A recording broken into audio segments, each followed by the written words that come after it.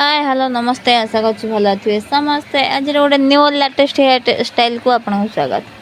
ये hair style से सब जान देखूँ जदि हेयर स्टाइल निहत भल लगुच चैनल को लाइक करदे सब्सक्राइब करिए प्लीज प्लीज भाई मैंने भौणी मैंने जी वीडियो को देखु चैनल को जरूर सब्सक्राइब करूँ।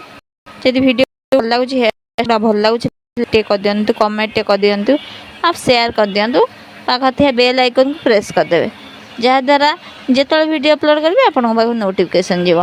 सब्सक्राइब कला बेल आइकन को प्रेस करदे कारण सब्सक्राइब कला बेल आइकन प्रेस करदेला माने मुझे वीडियो अपलोड करी आपको नोटिफिकेशन जीव जी जानवे जी वीडियोटा अपलोड है आप देखिपारे।